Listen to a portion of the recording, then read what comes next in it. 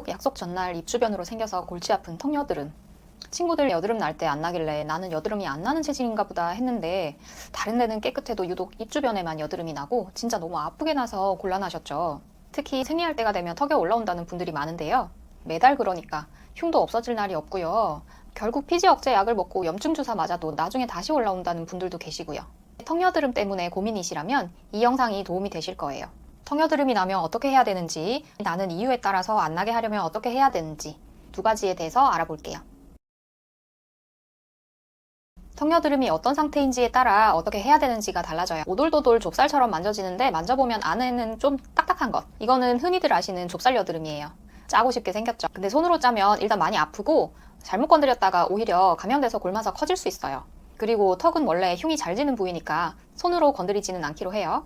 이런 애들은 각질 제거를 안 해보셨으면 한번 해보시고요. 그 다음에 보습을 충분히 해주세요. 며칠 뒤에 차분히 가라앉을 수도 있어요.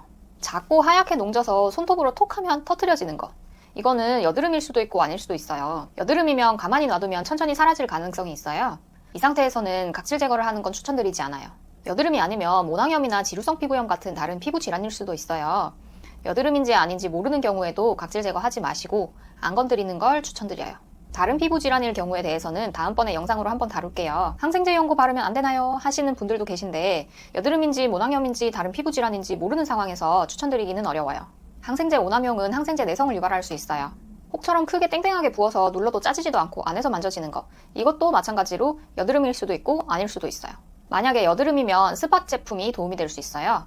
대신에 여드름 패치는 추천드리지 않아요. 여드름균은 산소를 싫어하는데 패치를 붙이면 산소를 막아주니까 여드름균이 더 좋을 수 있겠죠. 각질 제거를 굳이 할 필요는 없는 경우가 많고요. 여드름인지 아닌지 모르는 경우에도 안 건드리는 걸 추천드려요. 마지막으로 오돌도돌 좁쌀처럼 만져지는데 만져보면 안이 좀 딱딱하진 않고 말랑한 거, 손으로 짜면 아지랑이 같이 피지가 나오고 냄새가 날 때도 있다면 이건 피지낭종일 가능성이 있어요. 이것도 괜히 손으로 짜서 곰거나 흉지게 하지 마시고 가만히 두시면 됩니다. 생각보다 여드름이 전부가 아니죠. 근데 여드름이면 이렇게 하고 여드름 아니면 이렇게 하지 말라고 하죠. 그래서 여드름이겠거니 하고 여드름 치료법 찾아보고 따라 하시다가 알고 보니 여드름이 아닌 경우들 참 많이 봅니다. 정확한 건 진료를 통해 알아보시는 게 가장 좋아요. 병원에서는 어떻게 치료할까요? 가장 먼저 여드름인지 아닌지를 확인할 거고요. 여드름이라면 스케일링하고 압출을 할 수 있어요. 집에서 스스로 압출하는 것보다 숙련된 스킬이 있기 때문에 집에서는 안 짜질 것 같던 여드름도 짜지는 경우가 많아요. 그리고 여드름에 좋은 약침까지 맞으면 간단해요. 어릴 때부터 여드름이 있던 피부라면 아마 이마에서 시작해서 코, 볼, 그 다음으로 입 주변, 턱으로, 위에서 아래, 얼굴 중앙에서 외곽으로 여드름이 많은 위치가 변하는 경우가 있을 거예요. 이건 나이가 들어감에 따라 피지선의 발달이 위에서 아래로, 얼굴 중앙에서 외곽으로 변하기 때문이에요. 그런데 사춘기 때 이마에 여드름도 없었고 20대에도 안 나서 여드름이 안 나는 체질인가 보다 했는데 갑자기 30대에 턱여드름 난다는 분도 계시고 원래 생리 때 입 주변에 한두 개 났는데 점점 코 주변, 나비존, 미간, 이마로 타고 올라온다는 분도 계세요. 이렇게 피지선 발달이랑 관계가 없어 보이는 턱여드름은 이유가 뭘까요? 생리 때만 되면 턱여드름이 올라와요. 자궁 문제일까요? 어디서 듣기로 턱에 여드름이 나면 자궁에 문제가 있다는데 정말 그럴까요? 반은 맞고 반은 틀립니다. 턱여드름은 자궁 문제라고 들어서 산부인과 가서 검사를 받았는데 아무 이상이 없다고 나온 분 계신가요? 자, 생각을 한번 해봅시다. 턱여드름은 자궁 문제라고 하는 건 한의학적인 관점에서 말하는 건데 한의학은 예전부터 있던 의학이니까 옛날 사람들도 턱여드름이 왜 나는지 관심이 있었다는 거겠죠.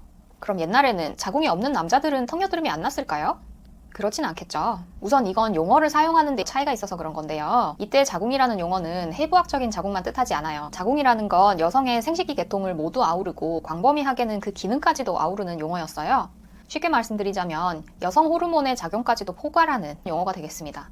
그러니까 남성에게는 자궁이라는 용어 대신 다른 용어를 쓰겠죠. 그래서 턱여드름이 자궁 문제라는 말은 해석하자면 호르몬 영향이다 라는 말이 됩니다.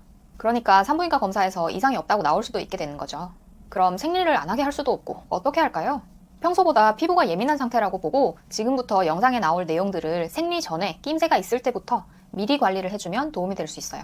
변비가 심하고 배에 가스 차는 날에 항상 턱여드름이 올라온다. 설사하고 나면 입 주변에 여드름이 난다는 분들도 계세요.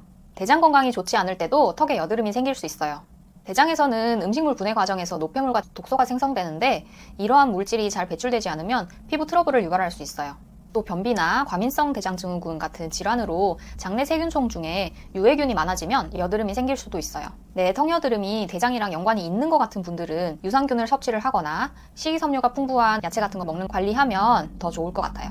다른 이유로는 입 주변과 턱 피부가 손으로 만지거나 목도리를 하거나 이불로 덮는 것처럼 건드려지기 쉬워서예요.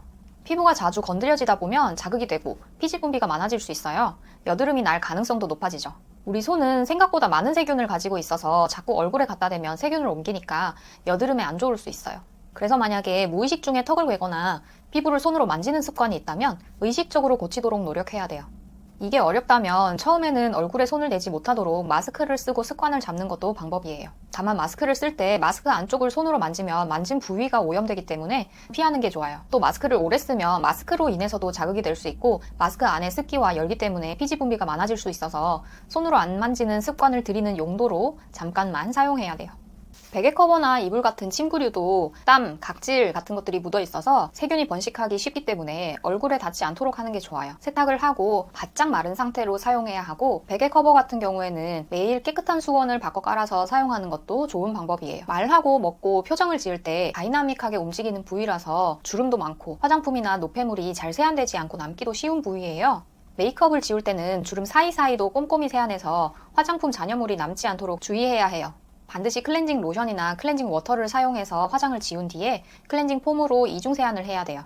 이때 손으로 빡빡 문지르는 너무 강한 자극을 주지는 않도록 주의해야 되고요. 세안제 또한 피부에 남지 않도록 물로 헹구는 것도 꼼꼼히 해야 돼요. 이때 사용하는 세안제도 피부에 자극을 줄 수 있는 화학성분이 함유된 제품은 피하고 자신에게 맞는 순한 클렌저를 사용하는 것이 좋아요. 생리주기에 따라서 평소에는 잘 맞던 세안제도 생리때가 되면 잘 안 맞을 수도 있어요. 이때는 생리때 잘 맞는 더 순한 세안제를 찾아야 돼요. 전기 면도기 쓰면 입 주변에 여드름 올라오는데 면도 안 하거나 일반 면도기 쓰면 가라앉는다고 하는 분, 여성분들 중에 눈썹 칼로 입꼬리도 살짝 깎는데 딱 깎은 부분만 여드름이 오도도 올라오는 분들이 있어요. 이때는 면도기를 잘 소독해주는 것도 도움이 돼요. 면도할 때 피부에 자극을 줄 수가 있으니까 면도 전에 털을 충분히 불리고 적절한 쉐이빙 폼을 사용해야 돼요. 그리고 면도 후에는 꼭 보습제를 바르는 게 좋아요. 머리카락 닿는 부위에 여드름이 난다면 헤어 제품이 원인인 경우도 있어요. 이때는 머리카락이 피부에 닿지 않도록 조심하고 헤어 제품을 사용한 후에는 깨끗하게 씻어내야 돼요. 특히 자면서 머리카락이 닿았던 베개에 얼굴이 닿으면 낮 동안에 열심히 안 닿으려고 노력한 수고가 의미가 없어질 수 있으니까 저녁에 머리를 감는 게 좋아요. 또 예상치 못한 곳에서 그 원인을 찾을 수도 있는데 치약도 그 중에 하나예요.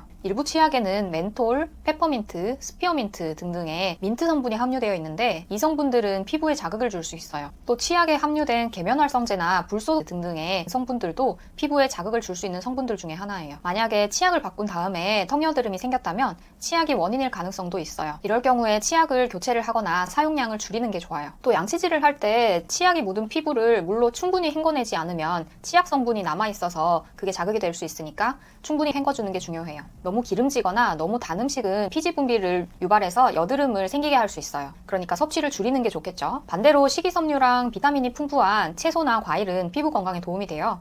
그리고 항상 수분 섭취를 강조하는데 체내에 수분이 부족하면 유수분 밸런스가 무너지고 피부가 건조해지면서 여드름이 생길 수 있어요. 스트레스가 증가하면 피지 분비가 늘어나고 피부 세포의 재생 주기가 느려져요.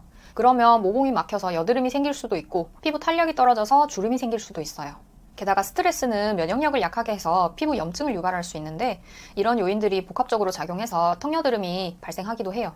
그리고 스트레스 받으면 단거나 매운 거 드시는 분들도 있는데 이런 음식들도 얘기했듯이 여드름에 안 좋을 수 있어요. 나에게 맞게 스트레스를 관리하는 방법을 찾는 게 중요하고요. 밤늦게까지 깨어있지 말고 7, 8시간 정도는 푹 자고 쉬는 게 좋아요. 턱여드름이 나면 어떻게 해야 되는지, 턱여드름이 나는 이유에 따라서 안 나게 하려면 어떻게 해야 되는지에 대해서 알아봤는데요. 지금 당장 가장 쉽게 바꿀 수 있는 베개랑 이불 빨래 하기, 면도기 소독부터 해봐요. 유산균 장바구니에 담아주시고요. 세안제 바꾸거나 치약 바꾸고 생긴 건 아닌지 생각해보고 맞으면 그것도 장바구니에 담아요. 나한테 맞는 좀 더 확실하고 정확한 방법이 궁금하면 병원을 가보는 것도 방법이에요. 입 주변이랑 턱은 이마나 볼 같은 부위보다 흉도 잘 지는 편이어서 힘들죠. 이미 생긴 턱여드름 때문에 붉은 흉터가 고민된다 하시는 분은 위에 영상 링크 달아둘게요. 오늘 알려드린 내용을 참고하셔서 깨끗한 피부 만들어 보시길 바랍니다. 다음에 더 좋은 영상으로 돌아올게요. 감사합니다.